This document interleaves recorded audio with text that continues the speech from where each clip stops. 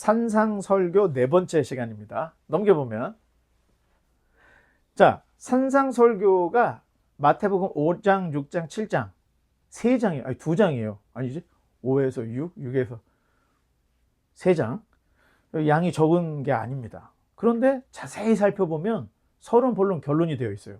그리고 지금 우리가 본론 부분을 보고 있는데, 넘겨보면 본론이 크게 6개로 또 쪼갤 수가 있습니다. 그래서 서론 부분은 우리가 예수님께서 율법을 완성하기 위해 오셨다 이야기했죠. 그 다음에 6번째, 전에는 이랬지만 내가 온 이후에는 이렇게 돼야 돼. 그 다음에 의를 행하는 방법에 대해서, 기도에 대해서, 구제에 대해서, 우리가 금식에 대한 이야기도 했고요. 지난 시간에는 재물과 염려. 자, 염려가 뭐라 그랬죠? 우상숭배다. 하나님을 믿지 못하니까 의심이 생기고 염려가 생기는 거야. 그래서 우상이라는 게 멀리 있는 게 아니에요. 내 마음속에서 하나님을 믿지 못해서 생기는 이런 우상숭배, 이런 것들이 이제 있었다는 이야기를 우리가 지난 시간에 했고, 오늘은 먼저 할 것에 대한 이야기를 나눠보려고 합니다. 사실 오늘 내용은 이 산상설교 후반부여서 그런지 이걸 어떻게 딱 짜서 뭔가 제목을 붙이기가 어려운 내용들이 막 이렇게 너저분하게 있습니다. 그런데 이 스타일이 우리가 레위기 때도 그랬죠. 아니, 레위기 때 어느 정도 가다 보니까 19장 후반부에 가서 너저분한 게 막 나와. 그랬죠? 그때 뭐라고 얘기했냐? 왜 이렇게 너저분한 게 막 있는가? 이게 거룩이라는 것은 일상에서의 거룩이기 때문에 우리가 생활 속에서 탁탁 걸리는 그런 문제들을 막 종합을 하다 보니까 너저분하게 있어 보이는 거다. 그래서 그런 이야기를 나눴는데, 오늘도 마찬가지입니다. 오늘도 내용이 좀 너저분해. 개도 나오고 돼지도 나오고 뭐 여러 가지가 지금 이야기가 나와요. 그래서 이걸 연관성이나 구분짓기가 쉽지가 않습니다, 오늘 본문은. 그런데 전체 산상설교라고 하는 큰 그림 안에서 보면 천국 백성이 이 땅에서 뭘 먼저 해야 되는지, 어떤 그 선한 그 선행에 대한 어떤 모습들을 우리에게 가르쳐 주고 있습니다. 자, 넘겨보면, 자, 한번 읽어보겠습니다. 비판을 받지 아니하려거든 비판하지 말라. 너희가 비판하는 그 비판으로 너희가 비판을 받을 것이요, 너희가 헤아리는 그 헤아림으로 너희가 헤아림을 받을 것이니라. 자, 여기서 말하는 비판, 이 말이 사실은 헬라 원본으로 보면은 정죄라고 되어 있습니다. 정죄. 자, 정죄받지 아니하려거든 정죄하지 말라, 이런 이야기인 거예요. 자, 정죄가 뭐죠? 정죄, 죄를 정하는 거예요. 어찌 보면은 비난, 비판 정도가 아닌 거야. 재판을 해서 판결을 받은 거, 죄인으로. 이거 굉장히 무거운 이야기죠.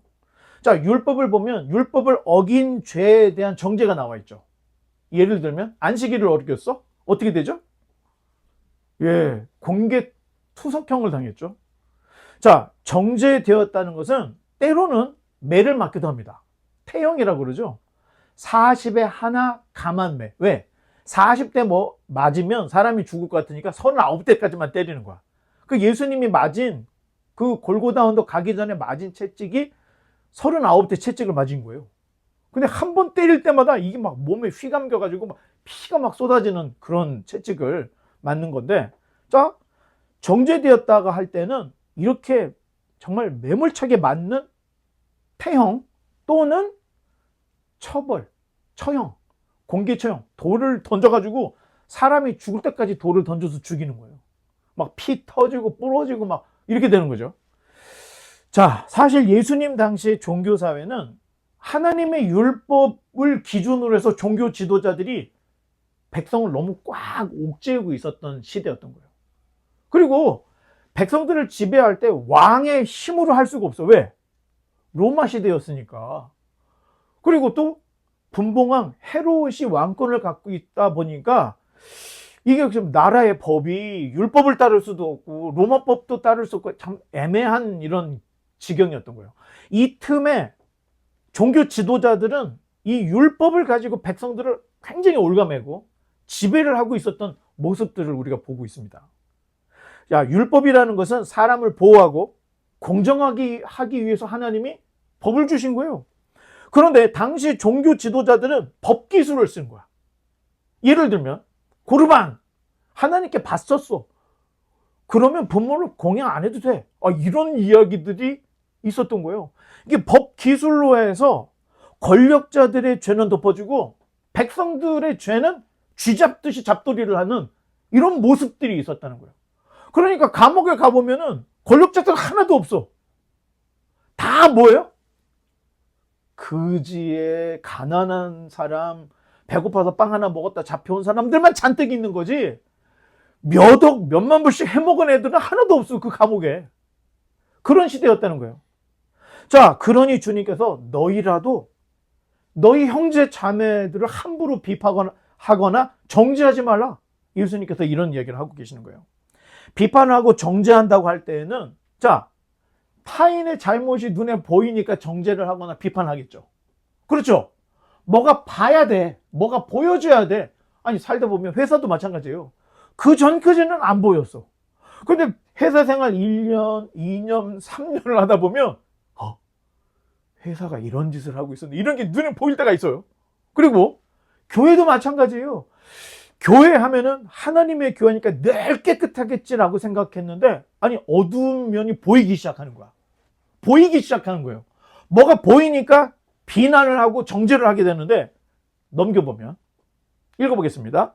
어찌하여 형제의 눈 속에 있는 티는 보고 네 눈 속에 있는 들보는 깨닫지 못하느냐.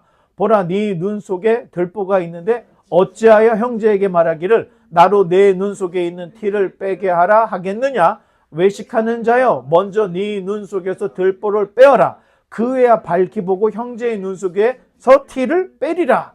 자, 누구나 나름대로 자기 색안경이 있어요. 이건 없을 수가 없습니다.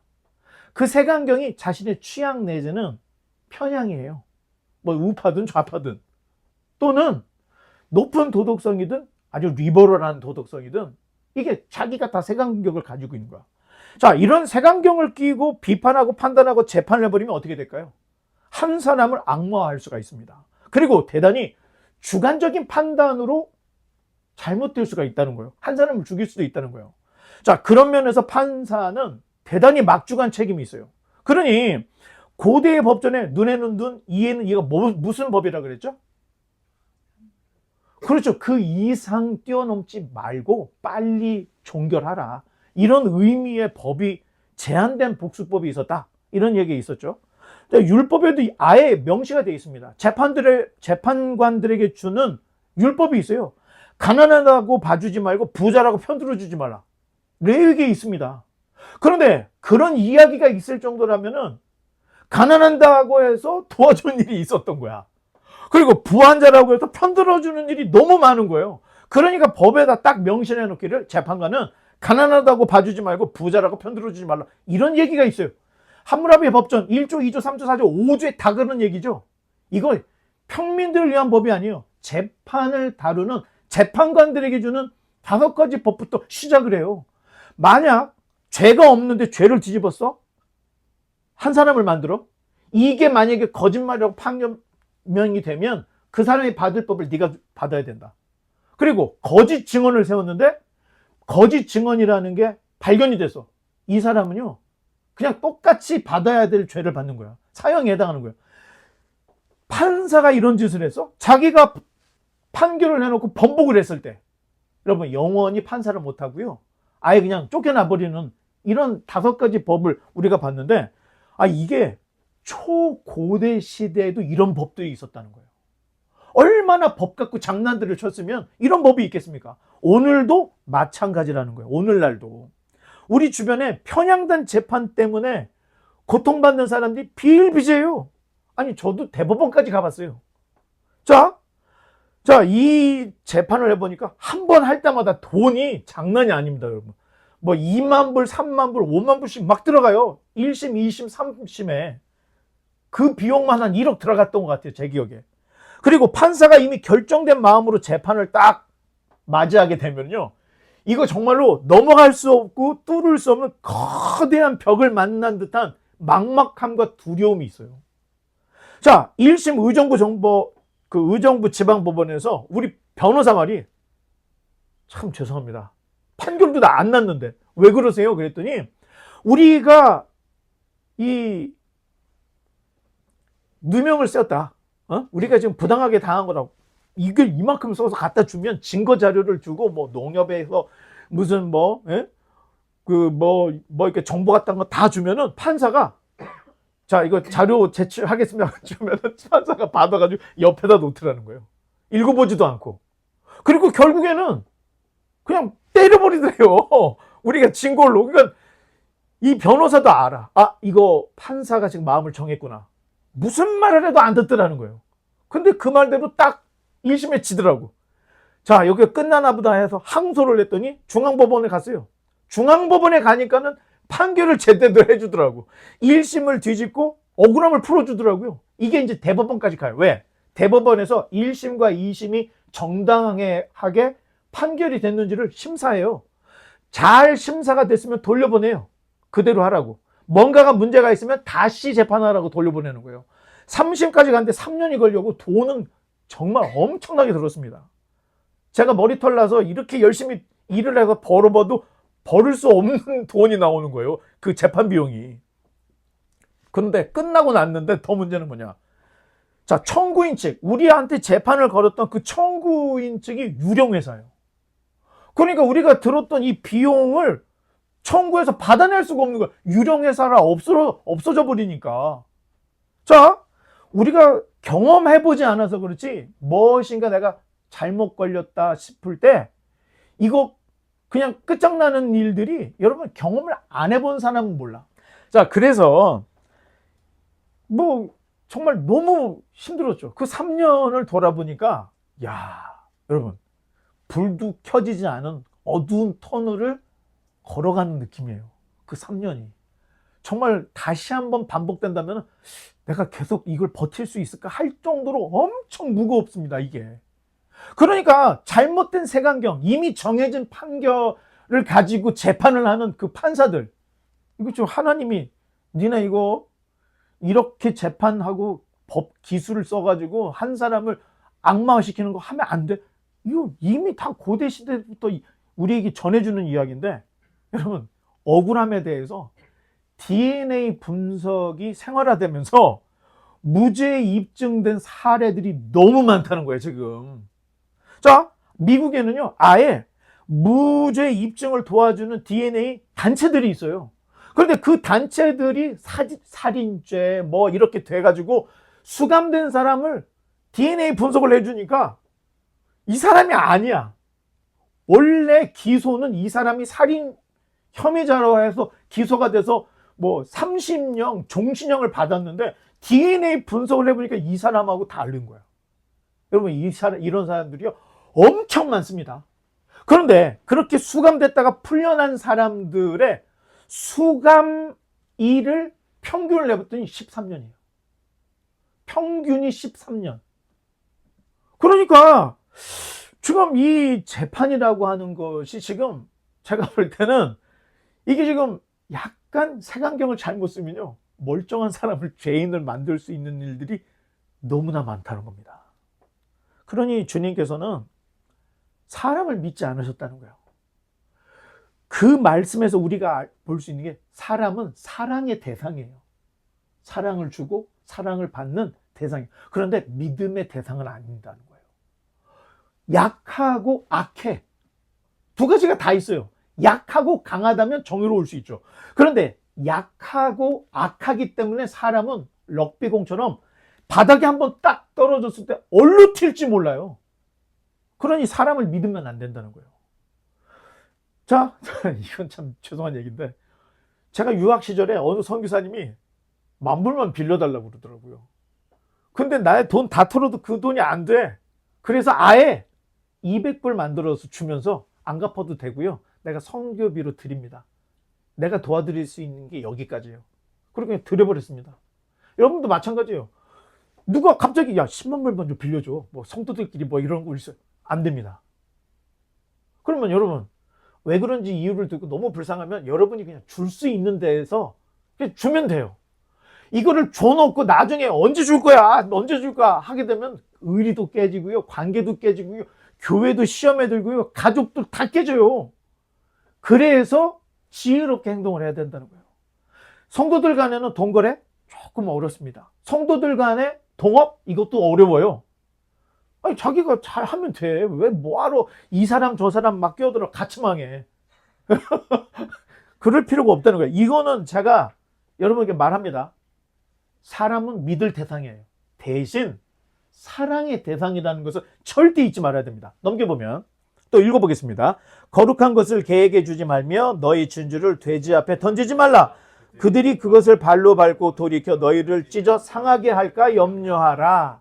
자, 이 말씀 되게 어렵습니다. 아니 지금 비판하지 말라 해놓고 갑자기 개하고 돼지가 나오는 거예요 지금. 자, 어렵기 때문에 더 재밌어. 아니 읽어서 누구나 다 알면 뭐 연구할 것도 없죠. 어려우니까 재밌는 거예요. 자, 연구를 해보면 개나 돼지는 오늘날 어떻게 돼요? 개는 뭐죠? 인간과 뗄래야 뗄 수 없는 반려견입니다. 그리고 돼지는 뭐예요? 죄송한 얘기지만 우리 먹거리입니다. 그렇죠? 그런데 개, 돼지를 바라보는 유대인의 관점을 보면요, 유대인들 입장에서 이방인들을 개였습니다. 그리고 돼지는요 부정한 짐승이에요. 더러운 짐승이라 사람이 먹을 수가 없는 이렇게 부정한 짐승으로 취급을 했습니다. 유대인들 입장에서는. 그러니 유대인 관점에서 개나 돼지는 일단 귀하지도 않아. 정한 짐승도 아니야. 자, 주님께서 개나 돼지에게 주지 말아야 할 것이 있음을 말하는데 두 가지를 얘기했는데 첫 번째 뭐죠? 거룩한 것. 두 번째는 뭐죠? 진주. 자, 말 그대로 거룩한 것과 진주는 일단 뭐예요? 가치가 있는 것들이에요. 가치가 있는 것들. 그런데 거룩한 것을 개나 돼지에게 주면 어떻게 돼요? 다 오물이 돼버린다. 그러니 거룩한 것과 진주는 귀한 가치를 발휘하기 위해서 가치를 알아보는 사람, 이것을 귀하게 여기는 사람에게 주거나 둬야 된다. 이런 말씀을 하시는 거예요. 자, 거룩한 것은 굳이 해석을 하지 않아도 그냥 거룩한 것? 거룩이 뭐죠? 구별된 거예요. 굉장히 구별되고 가치가 있다는 거예요. 그냥 말 그대로. 그러면 진주는 뭘까? 이거 귀금속에 들어가는 거죠. 보석에 들어가요. 그런데 예수님께서 하시는 가르침의 비유 중에 밭에 감추인 보화 얘기 들어봤죠. 어떤 사람이 소장농이 돼가지고 밭에서 일을 하는데 뭐가 툭 걸려. 열어봤더니 보물상자가 있어. 그대로 놓고 그 밭을 샀더라. 뭐 이런 얘기 있잖아요. 자기의 모든 것을 다 팔아서 이걸 산 거예요. 왜? 그 밭 하나만 사면 그 밭 안에 금은 보화가 잔뜩 있다는 걸 알기 때문에 어떤 희생을 감수하고도 사야 돼. 그 얘기를 하면서 두 번째 말씀하신 게 값진 진주를 찾아서 돌아다니는 진주 장사 얘기를 합니다. 그런데 이 사람이 정말로 독특하고 정말 크고 소중한 엄청난 진주를 발견한 거예요. 그래서 이 진주를 사기 위해서 자기 모든 것을 다 팔아가지고 진주를 샀더라. 이게 지금 밭에 감추인 보화 그리고 값나가는 진주 비유로서 얘기를 해요. 그렇다면 거룩한 거 그리고 진주만큼 소중한 게 뭐냐? 천국 복음일 가능성이 높다는 거예요. 천국 복음. 자, 보화도 자기 인생의 모든 걸 다 팔아서 산 것처럼 진주도 자기 모든 것들을 팔아서 산 것처럼 가치 있는 일을 위해서는 희생도 감수해서 사더라는 거예요. 그게 뭐냐? 그게 바로 복음이다. 예수님께서 이런 이야기를 하시는데, 자, 그런데 당시 서기관과 바리새인들은 부패한 이 종교 지도자들, 이들은 세례 요한과 예수님의 선포하시는 천국 복음을 아주 하찮게 여겼습니다. 그리고 세리, 창기, 손 마른 자, 중풍병자, 열병 환자, 가난한 자들은 세례 요한을 찾아오고 예수님을 찾아왔고 정말로 그들에게서 예수님과 세례 요한에게서 주시는 그 보화 같은 말씀에 감동되는 모습을 성경에 보여주고 있는 거예요. 자, 그의 반면에 종교 지도자들은 그냥 찾아가지 않는 것만 한 게 아니에요. 오히려 막 후킹을 해가지고 세례 요한을 막 어렵게 만들고 예수님을 막 시험에 빠뜨리게 하려고 하고 막 이런 장난들을 하고 있는 모습들을 복음서 기자들이 우리에게 다 전해주고 있다는 거예요. 사실 주님께서 오신 이유는 율법과 선지자를 완성케 하려는 목적도 있다는 이야기를 우리가 여러 번 이야기했습니다. 그렇다면 율법이 불완전한가? 그렇죠. 불완전하니까 예수님이 완전케 하려고 오셨는가? 자, 간음하지 말라, 하지 말라, 살인하지 말라. 이게 완전합니까? 불완전합니까? 완전해요. 그런데 예수님께서는 뭐를 더 완성을 시키려고 오셨을까? 그게 이제 우리가 산상설교를 하면서 계속 지금 하고 있는 내용입니다. 그런데 율법도 불완전한 건 아니에요. 완전한 말씀이에요. 그래서 율법 아래에서도 율법의 법기술을 쓰지 않고 율법의 그 아름다운 면을 가지고 율법의 정신으로 아름답게 판결하는 내용들이 구약에도 있습니다. 예를 들면 솔로몬의 재판이에요. 두 여인이 잠을 잤는데 한 여자가 애를 깔아뭉개서 죽여버린 거야. 그러니까 아침에 일어났는데 지 애가 죽여 있으니까 옆에 있는 사람하고 바꿔치기를 해. 그러면서 자기 아이 있는 척 하는데 옆에 있는 사람이 껴서 보니까 자기 애가 죽었는데 자기 애가 아니야. 그래서 싸움이 붙었죠. 왕에게까지 갔습니다. 그랬더니 솔로몬이 딱 보니까 무슨 일이냐 했더니 이 죽은 아이가 저쪽이고 산 아이가 내 겁니다 하고 둘이 똑같이 얘기를 하는 거예요. 그때 솔로몬이 야, 칼 갖고 와. 아이를 반으로 잘라가지고 하나씩 나눠줘. 그때 아이의 엄마가 마음이 뜨거워졌다는 거예요. 이대로 가다 보면 내 아이도 죽겠다. 그러니까 왕이시여 하지 마세요. 그냥 차라리 저기를 주십시오. 왜? 저 애가 죽는 거를 내가 볼 수가 없어요.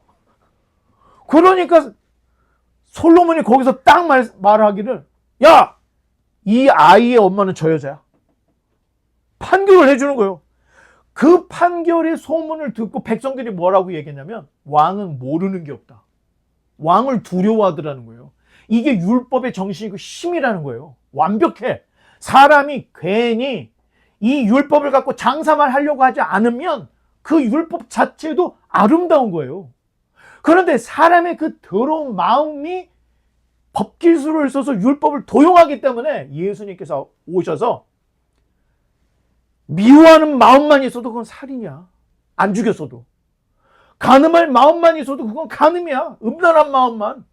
아주 율법의 그 수준을 마음의 부분까지 확 올려서 오히려 그걸 완성을 시켰다는 거예요.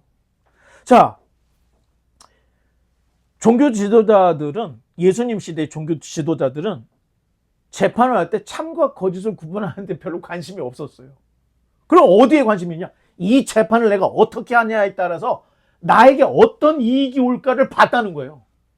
그러니까 예수를 죽여야 되니까 죄가 없음에도 죽여야 돼. 그러니까 빌라도에게 가서 사람들 막 야야야 죽이라고 해가지고 선동질을 해서 예수님을 죽였잖아요. 이게 예수님만 그렇게 죽은 게 아니에요. 예수님이 이 땅에 오셔가지고 역사적으로 하나님의 선지자들이 제대로 살 때 죽은 사람이 없다는 얘기를 해요. 다 죽었다는 거예요. 아니 심지어는 선지자가 고향에서 높임받을 수 없다는 속담까지 예수님이 인용을 하면서 하나님 편에 선 사람들은 여태까지 죽어왔다는 거예요.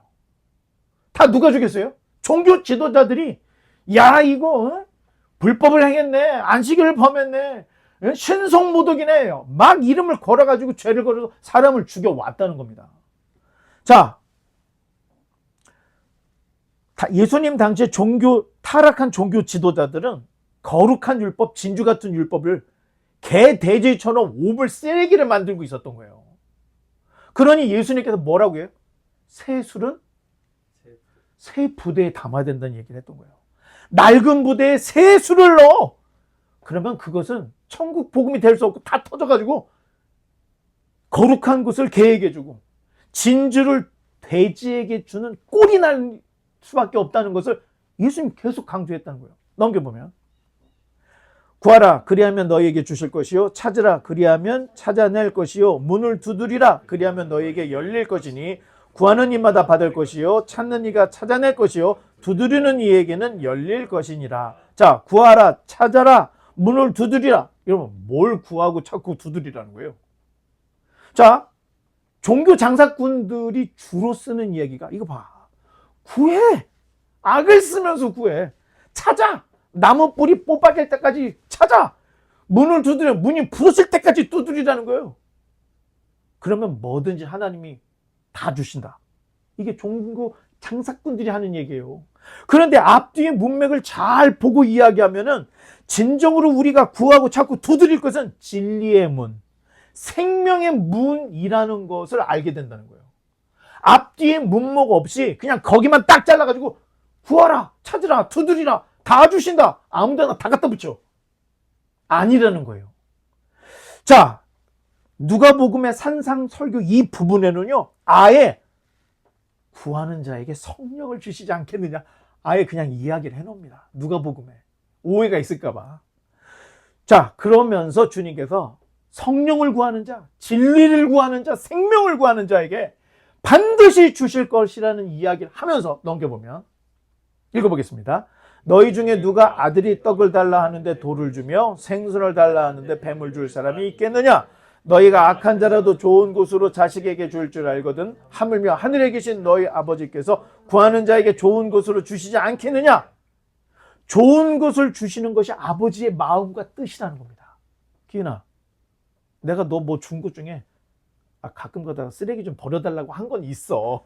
그런데 내가 너 준 것 중에 나쁜 거 준 적이 있어? 아니, 기은이가 아버지한테 아버지 떡을 주세요. 그런데 돌을 줘. 기은이가 생선 좀 주세요 했는데 뱀을 줘.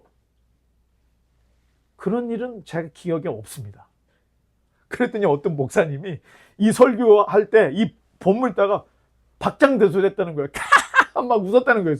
왜요? 아니, 세상에 어떤 아버지가 떡을 달라는데 돌을 주고 생선 달라는데 뱀을 줄 사람이 어디 있어?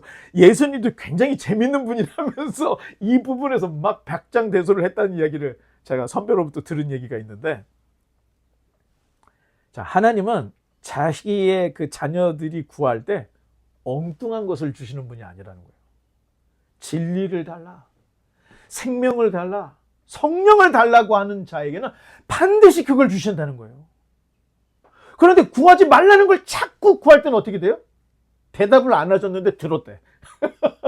응답을 안 했는데 자기 나름대로 들었대.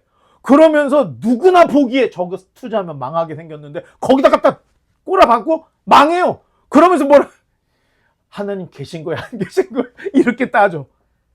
그러면 이렇게 되면 안 된다는 거예요.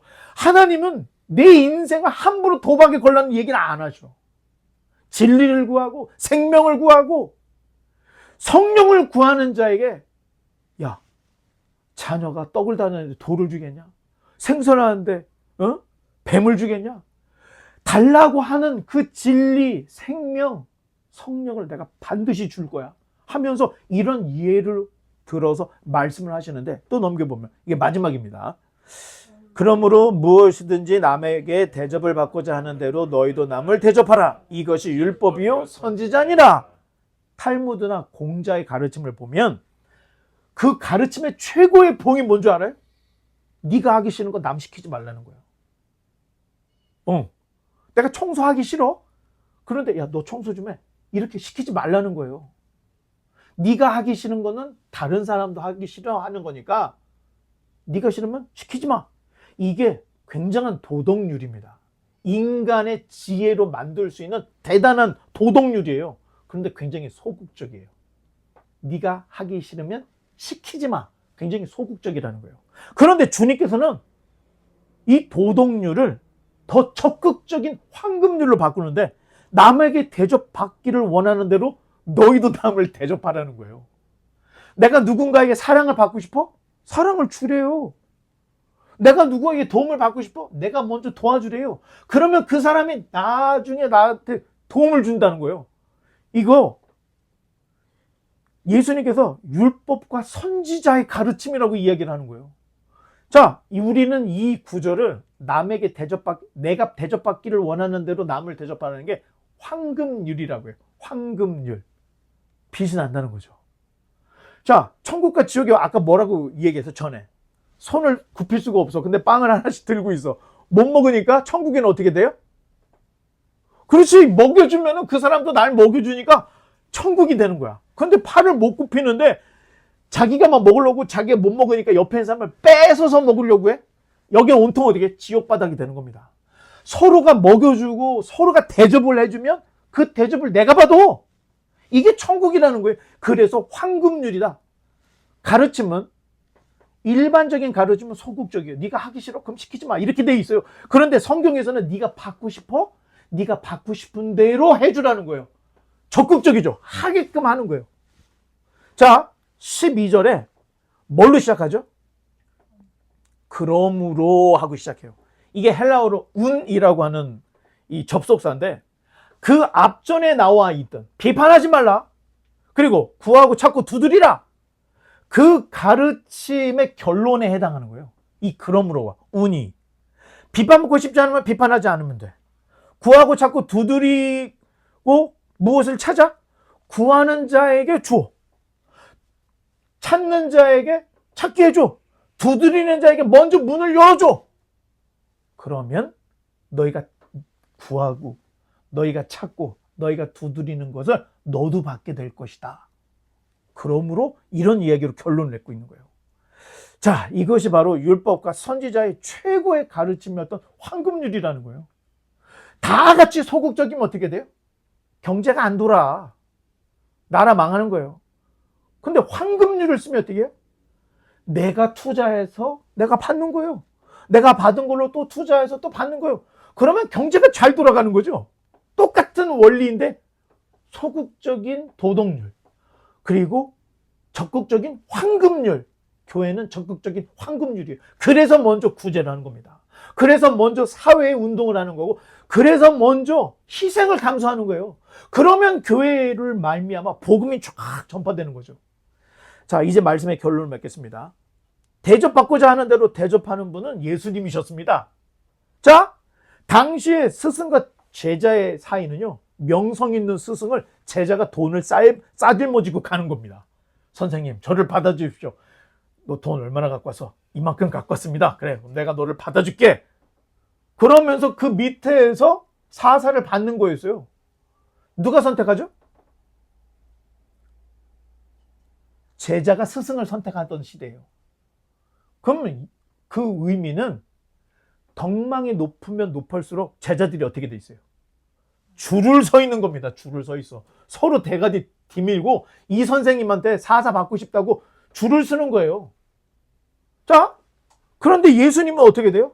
아니, 많이 배우지도 않았어. 한낱 어부들이야. 걔네들을 찾아가가지고 나를 따르라. 예수님이 찾아간 거예요.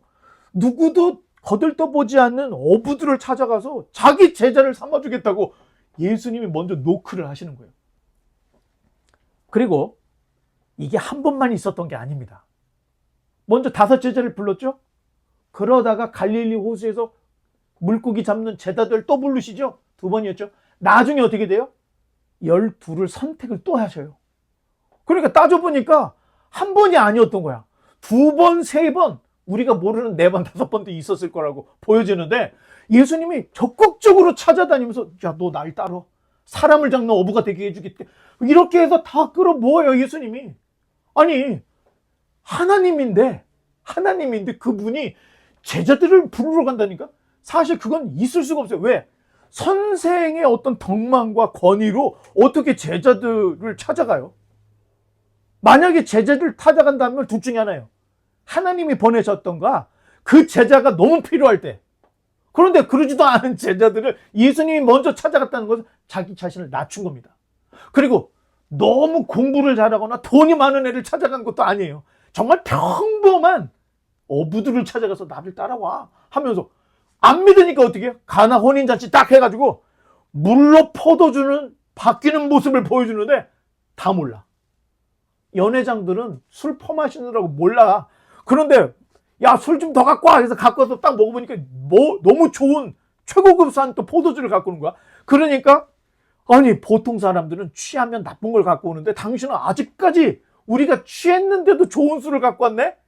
이런 얘기를 하는 것을 제자들이 다 보게 했는데 제자들은 알죠.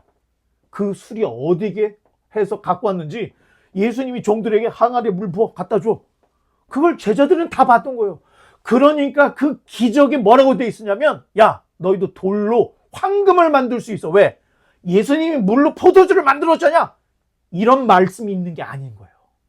이 기적의 목적은 제자들로 하여금 예수님이 하나님의 아들이라는 사실을 믿게 하려고 했다는 거예요.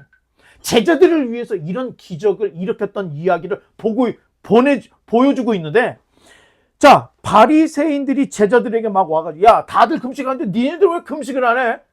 제자들이 밀 이삭을 안식일에 비벼 먹다가 잡히니까 예수님이, 야, 너 다윗이 한 거 못 봤어? 하면서 막 적극적으로 변호를 해주는 이 예수님의 모습들. 자, 마지막에는요, 예수님이 감람산에 있다가 군병들이 왔을 때 예수라는 자를 찾으러 왔어 그랬더니 내가 예수다 하면서 예수님이 나와. 왜? 가만히 있다가는 거기 있는 제자 다 잡혀 죽이게 생겼으니까 내가 예수니까 이 사람들 보내줘. 나만 잡아가면 돼. 예수님만 잡혀가요. 예수님께서 제자를 사랑하는데 끝까지 사랑하셨다. 요한복음에 그렇게 나와 있어요. 자기 피하려고 제자들 팔지 않더라는 거예요. 다 피하게 하고, 아니 오직 했으면 베드로가 예수님 재판이 어떻게 될지 궁금해가지고 갔다가 여종이, 야, 네 말투를 보니까 너 혹시 갈릴리 사람 아니야? 아니야. 저주하면서 막 부인하면서까지 빠져나가잖아요. 그러면 예수님의 12 제자들은 한 명도 안 잡혔다는 거예요. 예수님만 잡혔다는 거예요. 그게 제자들을 사랑하실 때 끝까지 사랑했던 모습인데 여기서 끝이 아니에요. 부활하고 이제 탁 나왔어. 근데 베드로가 지금 어디가 있어요? 나는 물고기 잡으러 가노라. 7명이 갈릴리로 가서 금을 찢고 있는 거예요. 그러니까 예수님이 가가지고, 야, 얼마나 잡았어? 했더니 갑자기 예수님이네. 베드로가 옷 벗고 뛰어가갖고 물에 들어가가지고 예수님 나오잖아. 그랬더니, 야, 너 내가 뭐라 그랬어? 다 울기 전에 나 3번 부인한다 그랬지? 부인했네? 이런 말 한마디도 안 했습니다. 너 다 집어 던지고 나 쫓아왔는데 너 지금 여기 와서 뭐 하고 있냐? 혼내지도 않아. 묻지도 않고 따지지도 않아. 그러면서 네가 나를 사랑하느냐? 이렇게 얘기를 하는 거예요. 그랬더니 사랑합니다. 이것도 아니야. 주님이 아시잖아요. 너 나 사랑해. 아시면서 그러면서 뭐래? 내 양을 먹이라는 거예요. 복귀하라는 거예요. 내가 너희를 부른 이유가 있잖아. 이제 알았으면은 복귀해. 다시 와. 다시 끌어들여서 한마디 혼도 안 내고, 아니 도마는요, 야, 그걸 어떻게 믿어? 예수님 사랑한 걸. 그랬더니 내가 그 손 못자국, 옆구리 창자국을 내가 만져보지 않고 몸에 예수님이 딱 나타나고, 도마야, 이리 와봐. 만져봐. 구멍. 만져봐. 창자국. 나의 주 나의 하나님입니다. 너는 본 거로 믿느냐? 보지 않고 믿는 게 진짜야. 예수님은 자기가 대접받기를 원하는 대로 대접을 해준 거예요. 그랬더니 모든 대자가 다 어떻게 됐어요? 예수님이 십자가에 달려 죽은 것처럼 다 순교로 죽었습니다. 요한만 빼놓고. 예수님이 그렇게 하다는 대로 본 거예요. 그러니까 그대로 해서 다 죽었어. 근데 그 정신을 누가 이어받았어요? 교회가 이어받은 거예요. 그러니 교회에서 제발 쌈질하지 말아야 된다는 겁니다. 뭐가 오르네, 이 장로가 편해, 저 장로 편이나, 이런 거 하면 교회가 아닌 거예요. 모르는 사람들이 교회 와서 목에 힘줘. 나 좀 장로 좀 됐다고. 자동차 주차를 해도 장로 자리도 딱 해놓고 아무도 못 되게. 미친 거 아니에요?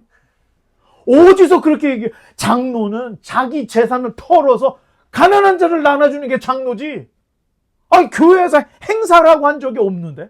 예수님이 그런 모습을 보여주지 않고 12 사도도 그런 모습을 보여주지 않았는데, 우리 교회가 이제 장로가 세워지고 집사가 세워지고 권사가 세워지고 건물이 생기고 무엇인가 해갖고 교회가 됐을 때는 여러분 절대 잊으면 안 된다는 거예요. 무엇인가 직분을 맞아서 이건 섬기라고 주신 거지, 그 위에서 칼을 휘두고 권력을 행사하라고 준 게 절대 아니라는 겁니다. 예수님을 제대로 알면 고개는 숙여질 수밖에 없어요. 주님께서 오늘 말씀하셨던 이 황금률을 마음에 꼭 기억하고, 대접받기를 원하느냐? 네가 대접받고 싶은 만큼 대접하라는 거예요. 여러분들이 존귀하게 여김을 받고 싶어? 상대방을 존귀하게 여겨줘요. 비판을 해? 그 사람이 날 비판하게 돼 있다는 거예요. 지금 예수님께서 이야기한 건요, 그냥 무엇인가 탁상 공론을 하시는 게 아니에요. 우리 삶 속에서 적응하고 우리가 어떻게 살아야 될지, 우리가 먼저 어떤 모범을 보여야 될지를 이 황금률로 다 보여주신 거예요.